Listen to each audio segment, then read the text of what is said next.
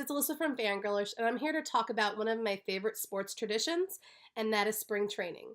Luckily, I live right here in the middle of South Florida, where there's about 15 minor league affiliates that are within driving distance, no longer than about 3 hours. And I literally live 10 minutes away from where the New York Mets conduct their spring training and where their single A affiliate, the St. Lucie Mets, play, throughout the summer. And here's the thing, baseball is not my favorite sport. That's football by a mile, and hockey and basketball. But that doesn't mean that baseball doesn't have a special place in my heart. And there's just nothing like spring training for a baseball fan. It's magical. There's something that's so alluring about the start of the season where anything's possible, where even the worst team has aspirations of winning a championship, where you can always look for the optimistic side. And I love everything about spring training. Like, anything's possible. And the thing that's so special about spring training for me, as is most of the sports of my life, is that I get to share it with my dad.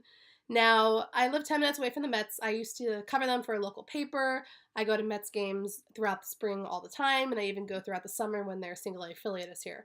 But I am a Tigers fan, so it helps when the Tigers come over here to Port St. Lucie. And it's great because I get to go in the middle of the weekday with my dad, and it's just a beautiful day out. And spring training, it's so amazing because, baseball really, and sports in general, really bring people together. And I love being able to share that with my dad. Like, there's always the same things that we do. We always sit in the same area, which is near the tiki hut, because they have the most amazing rum buckets. We have a great view from right down the left field line. And there's this pitching machine right when you go in, and we always test our fastball. Not that anyone would be afraid of my 45-mile-an-hour fastball, but it's amazing. And then, because my dad and I love to travel for sports, so we always go over to Lakeland around my spring break, and we go to watch the Tigers, where for once we're the home team.